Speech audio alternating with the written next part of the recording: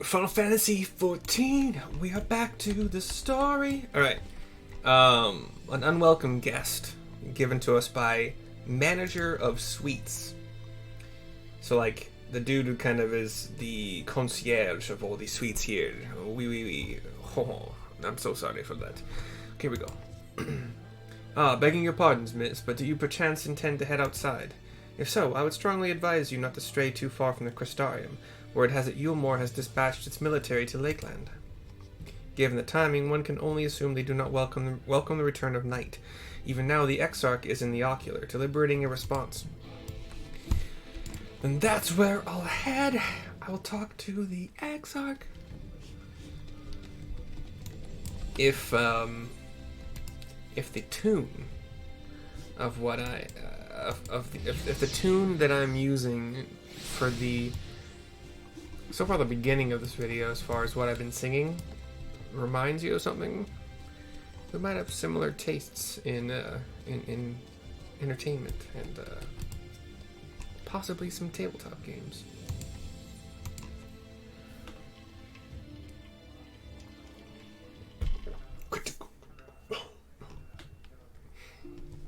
Although if you don't remember, it is fucking like years ago now that came out. That particular theme. You have come at a good time.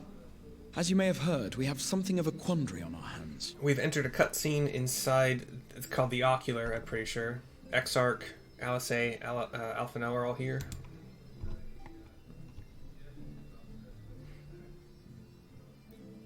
The wall behind him is a portal, possibly for viewing or possibly for going Laxon through. Loft here in Lakeland. Laxon Eulmore has sent one of its airships. You do see an airship above a tree canopy next to a cliff. They have questions for us concerning the death of the Lightwarden. Their emissary makes his way here even as we speak. I suppose the sky does rather give the game away. Indeed. 'Twas inevitable they would come knocking. The only question was how soon. Why would it be inevitable? Like, is it entirely understood that they are on the side? They are on the sides of the Lightwardens. I guess it would make sense given all of the Lightwardens that were kind of in whatever that dude's name was. The big old rotund Jabba the Hutt looking guy. But to think that they have him wrapped around their finger as well is, well, yeah, I guess it goes both ways. I don't know why I'm surprised, honestly, actually. My lord, I am come with the Moren emissary. May I show him in? My lord, I am come with a Eulmore emissary. See, I can't do Lyna's accent. A moment, Captain, if you would. That was Lyna, by the way. Not that one, the one before. His hood seems a little bit dangerous. Like, it's got some little, like, kind of... Everyone, gather round. Diamond or, like, dagger-shaped gold solid things kind of around, like, that goes around, like, on the sides and then to the back. He pulls us all to one side. I do not wish to show our hand prematurely. Forgive me this liberty. He's gonna teleport us somewhere, isn't he? Vanish. He holds his staff up. A light emanates from it to each of us, and we are invisible. You can still see... We can, the observers, see the three of us, but... Enter.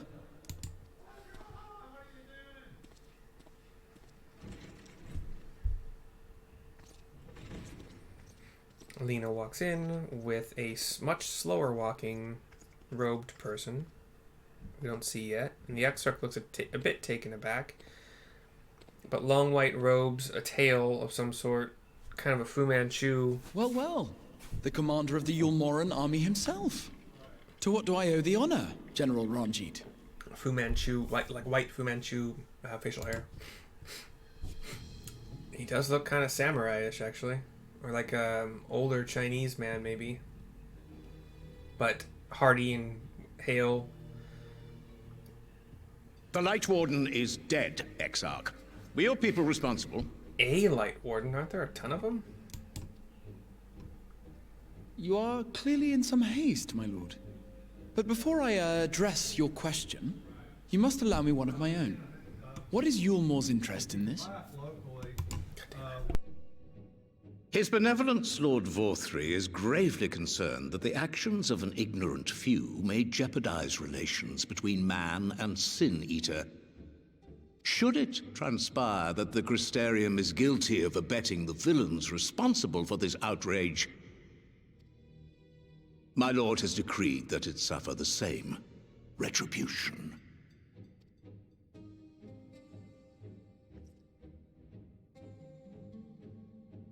I see. Since you have been so candid, I too shall speak my mind.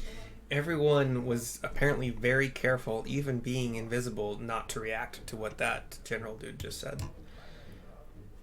Regardless of who is responsible, the Crystarium rejoices in the Lightwarden's death and welcomes the return of the night sky. If Eulmore considers this tantamount to aiding those you term villains, then by all means, carry out your retribution.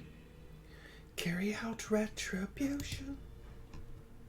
Know, however, that even should every innocent soul in the Crystarium perish, nothing can stop that which has been set in motion. The general has his hands behind his back. Folly. The death of one or 1,000,000 Sin-Eaters changes nothing. He's got a scar that goes from his left cheek, kind of a tiny bit lower than the middle. It gets a little bit thicker as it goes across the bridge of his nose, up between his eyes, and then thinner again once it kind of reaches the bridge of his nose, and then maybe mid-forehead-ish, it tapers out. Gold rings in his ears, two rings each. A good, inch in diameter, if not more. The world is dead, and writhe as we might, like maggots in its rotting corse, it will not be reborn. Only by my master's grace may we live out our days in peace. But I waste my breath. You have made your stance clear. I shall relay your words to Lord Vorthry. In the meantime, you would do well to counsel any here who have done more than merely rejoice in recent events, to throw themselves upon Eulmore's mercy, promptly.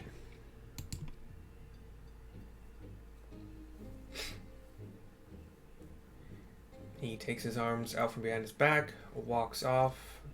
As he's walking, he passes One last matter. a lit up. We are searching for a young artist and his assistant. Know you of whom I speak? There's this one lit up. I don't think the lit up circle in the ground mattered because it's part of. There's a lot of the little lit up circles because it's part of that kind of the star map kind of looking floor.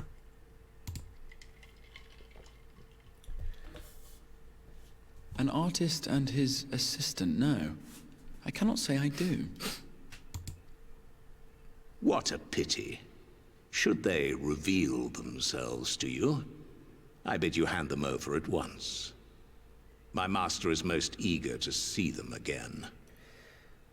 And it's got everybody guessing. Did he say reveal? And is the word reveal in italics in this game to make it seem like Ranjit knows we're here? He does look directly in our direction. He's got blind sight or see invisibility. That's too far for blind sight.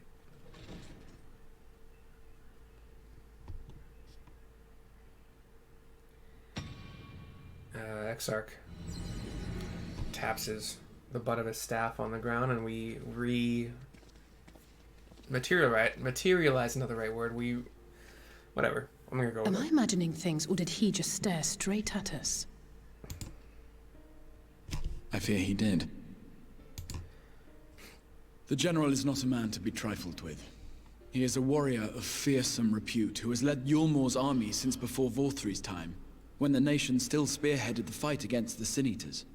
One does not command the world's mightiest army, and for so long, without possessing exceptional instincts. and maybe more powers beside that. If Eulmore chose to send such an individual, We must assume this talk of retribution is more than an idle threat. Duh. While we are grateful for your support, my lord, we cannot in good conscience put your people in harm's way. We have to find the other scions and move the It is target. noble of you to say, Master Alphino, but my people have been in harm's way since long before you arrived. Eulmore has ever yearned to rule over what remains of the world. Even should we surrender the Warrior of Darkness to them, they would find some other pretext upon which to invade. The people of the Crystarium know this only too well, which is why, when the time comes, I am certain they will fight to the last man. If truth be told, I would not have been surprised had Ranjit declared war here and now. He may have reason to delay. Maybe a bit Russian and Norwegian mixed? I don't...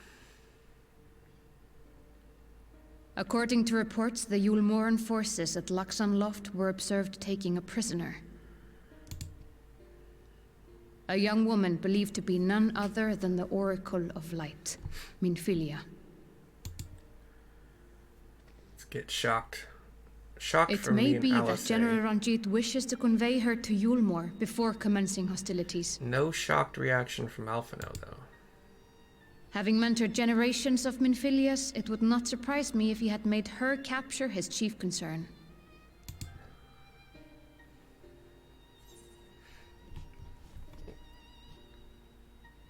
So, options here. Wait, is this the Minfilia? Or a smarter question. I'm sorry, generations of Minfilias?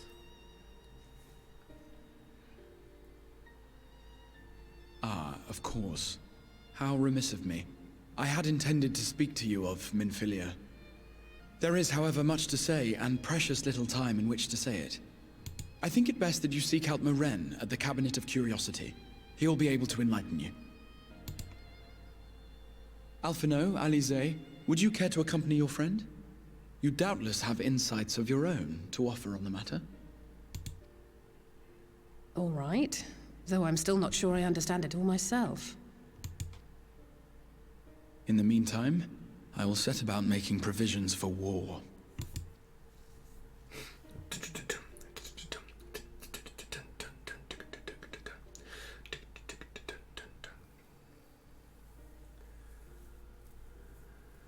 Alright, cutscene over as we leave the Ocular.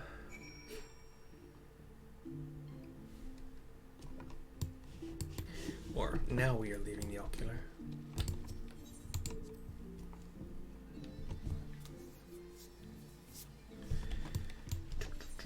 Where we go? We're going to the Cabinet of Curiosity.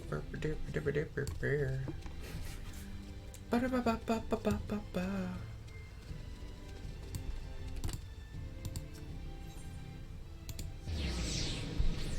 The Cabinet of Curiosity. Look in my eyes. What do you see? Oh, I'm the cult of curiosity. Alright. Our good friend Moren at the top level of the gigantically circular super stacks of books.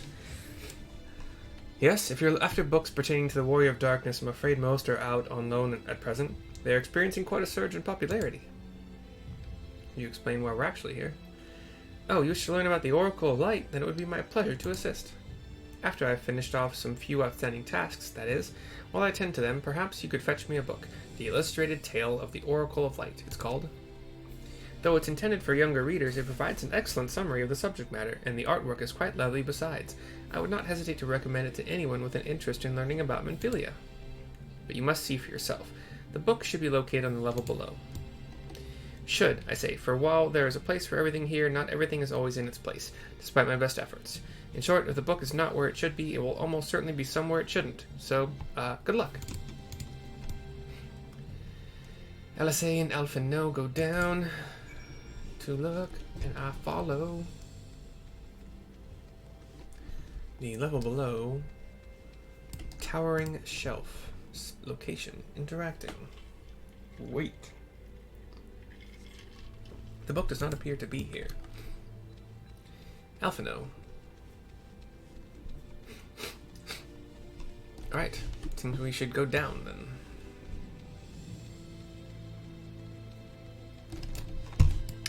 On the bottom floor, another towering shelf, and a spot to look for the book. And the book does not appear to be here. So much time wasted. Oh, there's another floor below. Can I drop down, or is there there's a weird little gate? Same floor, towering shelf. Just as your eyes begin to blur, they finally come to rest on a copy of the illustrated tale of the Oracle of Light. Shelves searched, back up to the top we go. I should probably tell Alice and Alphino because you shouldn't shout in the library, but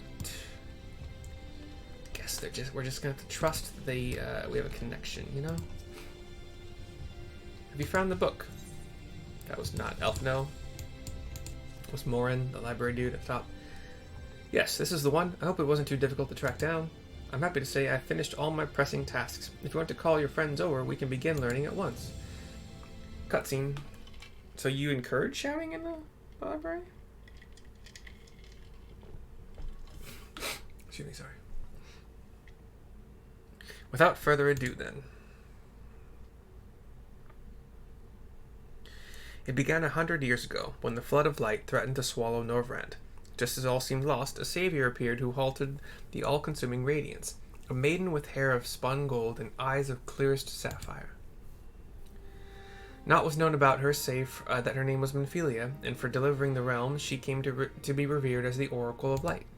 After stopping the flood, the mysterious maiden vanished without a trace, but 15 years later, her name would unexpectedly reappear in the annals of history. The cutscene goes dark. The book is opened to a page with a young-looking blonde hair, but like the blonde hair like forming a sun behind her, and an iris of, well, no, so an entire eyeball looking of white behind the sun, and like monsters being scared away from this light. When Sin Eaters laid ruin to the kingdom of Volbert, a young girl was discovered who was immune to the creature's blighted touch. One with hair of spun gold and eyes of clearest sapphire. She was hailed as the Oracle Reborn and came to likewise be called Minfilia. Enlisting in the Eulmore army, this Minfilia fought and vanquished countless Sin Eaters.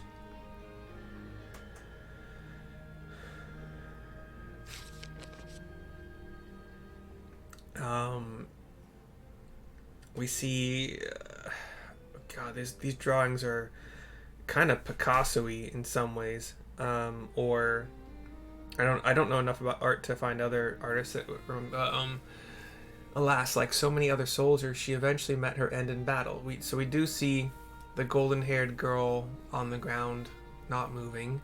We see Sin Eaters pierced with weapons. We see kind of a field of battle with a lot of spears and pikes and such jutting out of the ground, probably out of bodies, or there's also some little patches of growing flowers. And yet with her dying breath she whispered unto her grieving comrades, Minfilia will return. And true to her words, some years later, another young girl was discovered who possessed the self-same eyes, that self-same hair, and those self-same powers. She too took the name Minfilia. She too fought Sin Eaters as a soldier of Eulmore, and she too fell in battle. Many more were to follow in her footsteps, and so the cycle continues to this day. Cutscene goes dark. We're back to non-book, and that concludes the tale. By their valor and sacrifice, these women have saved Norvrand on numerous occasions, and were it not for them, we might never have learned of the Lightwardens and their nature. They sound like formidable warriors. Some, perhaps. The truth is rather less simple.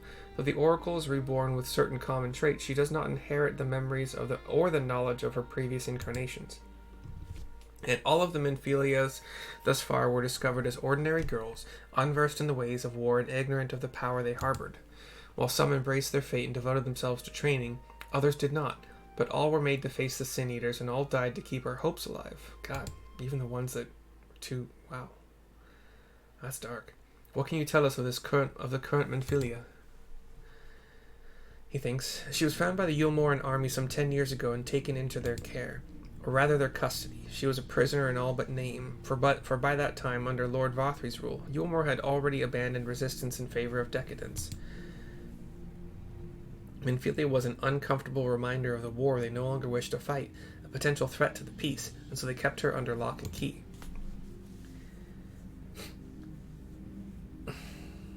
For a long while we heard nothing more of her. We couldn't even be certain she was alive, save that it was in the Eulmore's best interest for her to remain under their control.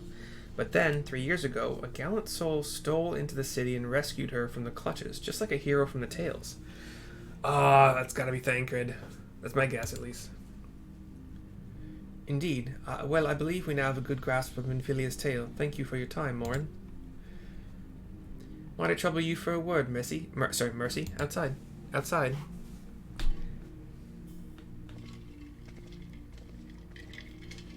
Moren gives a slight bow as we walk off.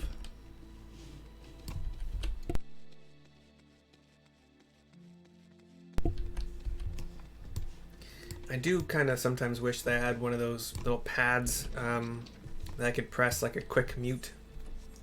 Oh, what now? Do I have to be level 72 to complete this? I bet that's what it is, isn't it? Yeah, okay. Who's my highest 72? Paladin is 908,000. It looks like, yeah, Paladin. Well, no.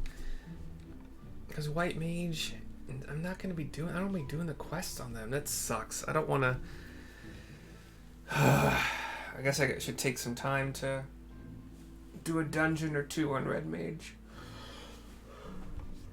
And, well, actually Red Mage is my last remaining 71, so. Alright, but I will switch over to Paladin. Yeah. Cutscene, talking to Alphino. As you will have already surmised, the gallant soul who rescued Minfilia was none other than our own dear Thancred. They have since been wandering the land together, never remaining in one place for long, which is why we have not yet had a chance to meet them. We know that Minfilia journeyed here as Hydaelyn's emissary to halt the flood of light. It could only be her that the people of the First witnessed 100 years ago, the original Oracle of Light.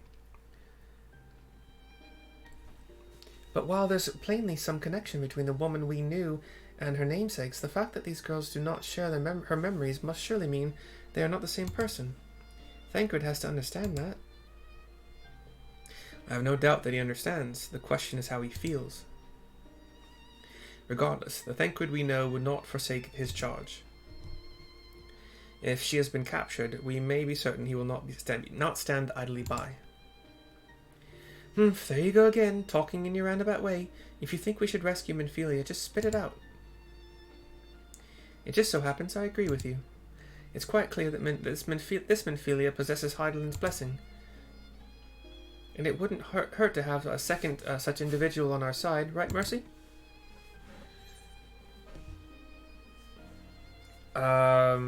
One's generally been enough, but fine. That's a horrible answer. Quite.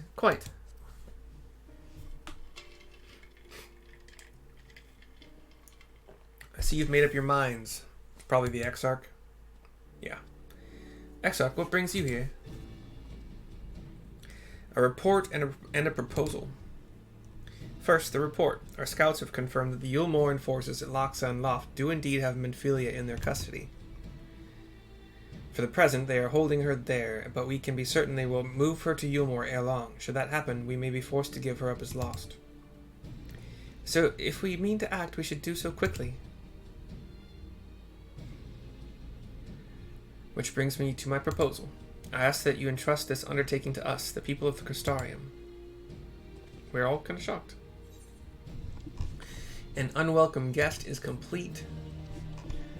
We'll see if there's any more to any of these. What's it? Nope, that's it. Alright, so to go with the last one, and this is actually the funniest thing, because for the first time ever, I threw away this spork, I guess is a word for it. I don't think it does it justice. but I threw it away with something I was eating on my way back from doing Uber Eats today. But I figured out where I'd put it, and I got it back. But it's Human Gear Go Bites Uno is the company, I think. It's a multifunctional spork. It is hard plastic, and it has been with me for like 3 years now. I do not like the sound of metal on metal, like scraping or grating, so I use this fork with the metal thermos for my food every day. I actually use it pretty much anytime I eat food in my house or anywhere. I'm not going to take it to restaurants and such, but I hardly go to restaurants anyway. Durable as heck. It's great. Comes in many different colors. I chose red because it's my favorite color. It's easy to spot. If you buy it with the link that is in the in the description, I'll get it cut. And I gotta say, I've never looked back. You may think, oh, one side is a spoon, the other side is a fork, but like kind of spork-like. Like it's not like super thin tines. They're a little bit thicker tines. And it does also have a rounded kind of thing like a spork does, but yeah. Check it out. I'll see you next time.